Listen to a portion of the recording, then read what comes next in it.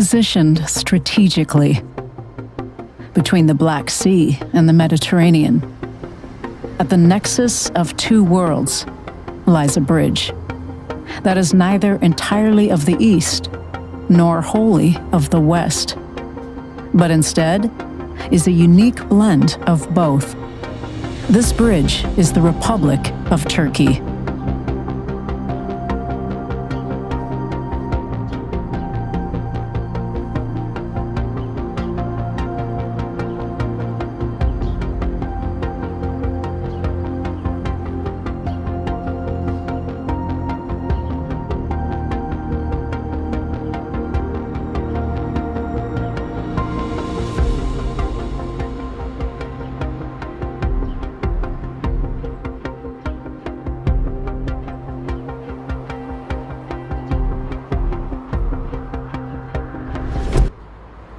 A pivotal crossroads for cultures and empires throughout history.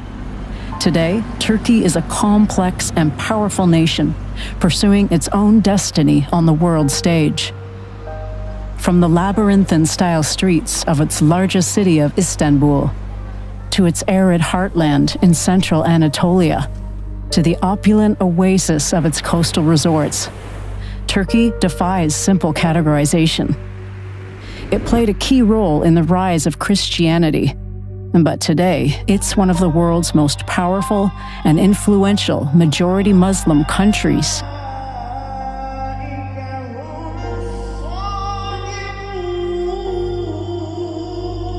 Officially secular for decades, its long history of interfaith conflict casts a shadow on the present day. With the near eradication of its Christian population and the vulnerable status of its minority faiths, it today demands careful and ongoing scrutiny.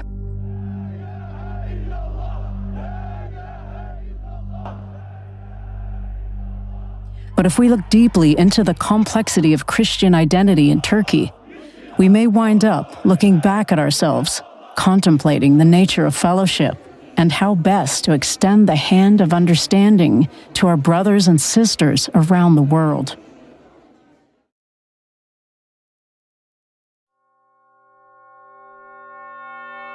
To begin to understand the complex status of Christians in modern Turkey, we need to journey back through time. Turkey's Christian roots reach back through the centuries to the earliest days of the Church.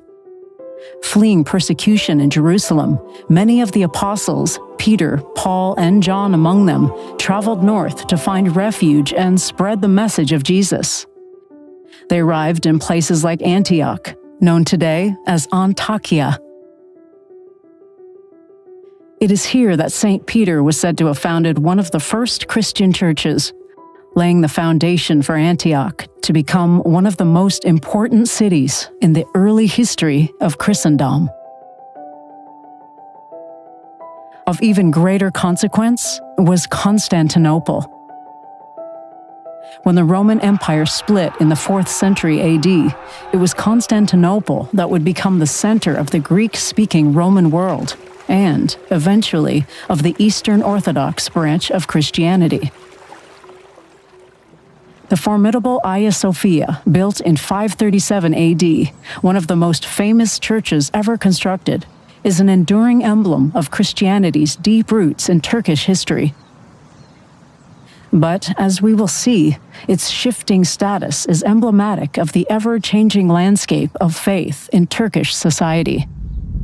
As the Ottomans swept into Anatolia in the 14th century, culminating in the fall of Constantinople in 1435, the lives of Christians in the region became highly precarious. Although the information about what happened next is disputed by the Turkish government and hotly debated by historians and scholars alike, one thing is for sure. Over the centuries that followed, minor accommodations were overshadowed by deportations, expulsions, and through lethal violence that pitted faiths and cultures against one another. The consensus among historians is that a genocidal campaign in the early years of the 20th century killed hundreds of thousands of Armenians. Most Turks, however, dismiss this claim as mere propaganda. Nevertheless, the deaths of more than 1 million Armenians, Greeks, and Assyrians in the waning days of the Ottoman Empire saw the nation's Christian population plummet from around a quarter to less than 5%. In 1924, the Treaty of Lausanne formally established the Republic of Turkey and called for Greece and Turkey to exchange minority populations. In the 100 years since, the proportion of Turks who are Christians has plummeted to a few tenths of 1%. Escaping repression in their homeland, Turkish Christians sought safe havens around the world throughout the 20th century. They have settled and thrived in significant numbers in Europe and beyond. But in Turkey itself, a nation of some 85 million people, Christians today number in the mere hundreds of thousands. These few remaining believers are further split among a dizzying number of denominations, divided by both doctrine and ethnicity. The majority of Turkey's Christians belong to Oriental and Turkish Orthodox churches, accounting for over 120,000 followers shared among dozens of sects, with a mere 25,000 Turks belonging to the Greek Orthodox faith. About 15,000 Turks are Roman Catholic, and perhaps only 5,000 Protestants living in the country. Unfortunately, although few in number, Turkey's Christians are still often the focus of suspicion, resentment, local grievances, and naked hostility. They must reckon with spasms of restriction, oppression, and even violence, often encouraged for political purposes. The government actively works to prevent the spread of the faith. Over the last few years, dozens of Christian missionaries, most representing Protestant denominations, have been forced to leave the country, and some have been banned from entering. Politicians often paint Christians as Western collaborators worthy of suspicion. Many members of the Muslim majority view being Christian as making a person less Turkish. Converts to Christianity are ostracized. It is an unspoken rule that non-Muslims are barred from government jobs. Emboldened by the tacit approval of politicians, bigots, and thugs persecuting Christians with greater frequency. Churches have increasingly been desecrated and vandalized.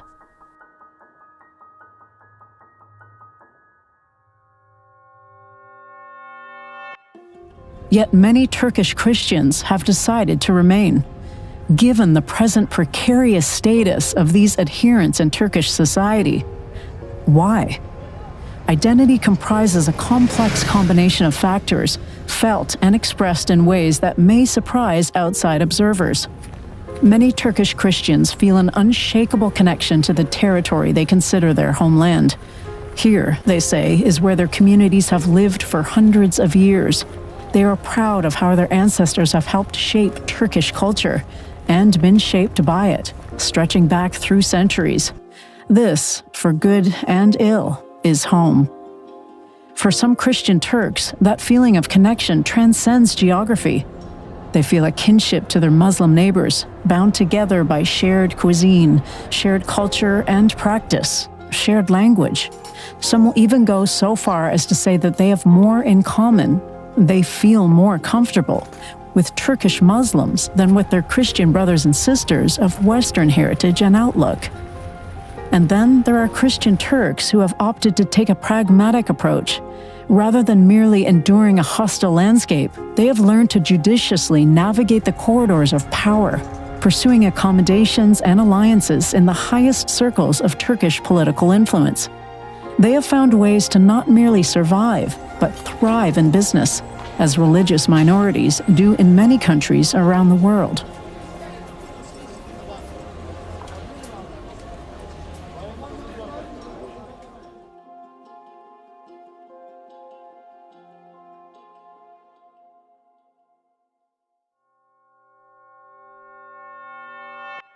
Taken at face value, we can find inspiration in the way these believers express their connection and commitment to culture, land, and faith, to kinship with their neighbors, despite a sometimes openly hostile, anti-Christian sentiment in the society at large. But can we take them entirely at face value? How comfortable are Turkish Christians in expressing themselves openly, in a country where the consequences for speaking out can be severe?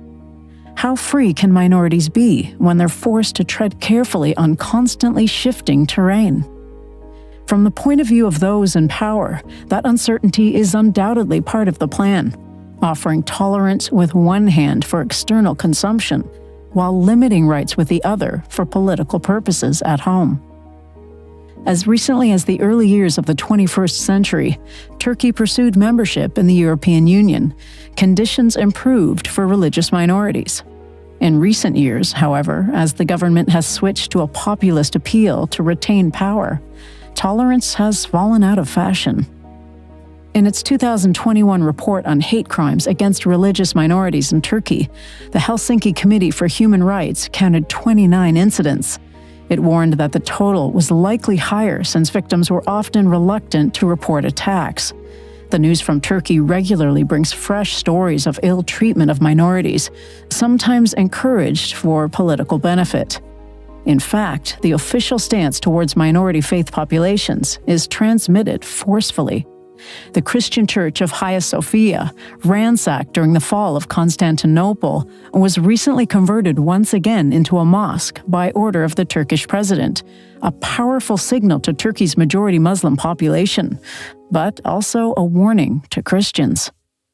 Erdogan telegraphed his intent to the world by converting the Hagia Sophia, once the largest church in Christendom, into a mosque. Ever since the modern nation state in 1923, that church has, been a museum basically and free for everyone to gather in. Him just making the decision to turn it back into a mosque basically is a indirect kind of communication to everybody. I want to restore our Ottoman past.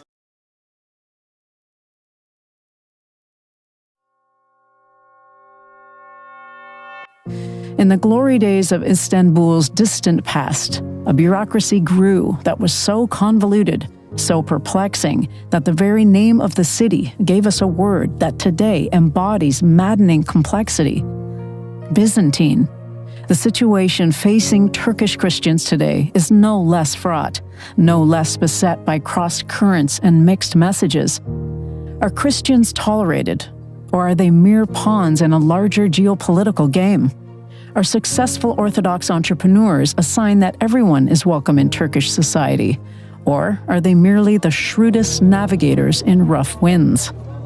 Should we pay more attention to the beautiful new churches built in Turkey with government blessing, or to those places of worship that have been vandalized?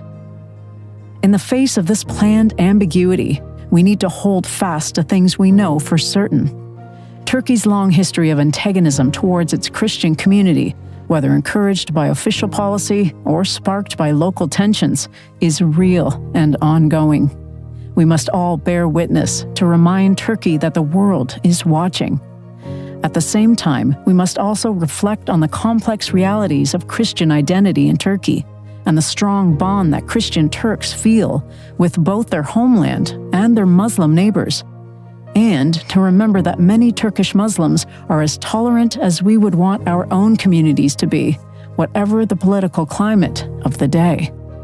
We must acknowledge a kernel of truth that in striving for mutual respect and fellowship across faiths, as we demand justice and humane treatment of religious minorities, we must unfailingly hold ourselves and our societies to a higher standard. Even in the face of provocation and resentment, we must remind ourselves to extend the hand of friendship, especially to those less powerful than ourselves.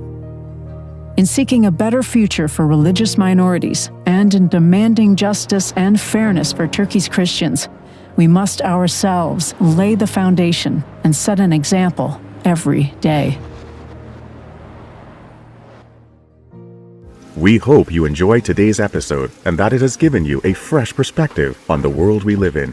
If you enjoyed this project, please consider leaving a thumbs up and sharing it with others who might find it intriguing.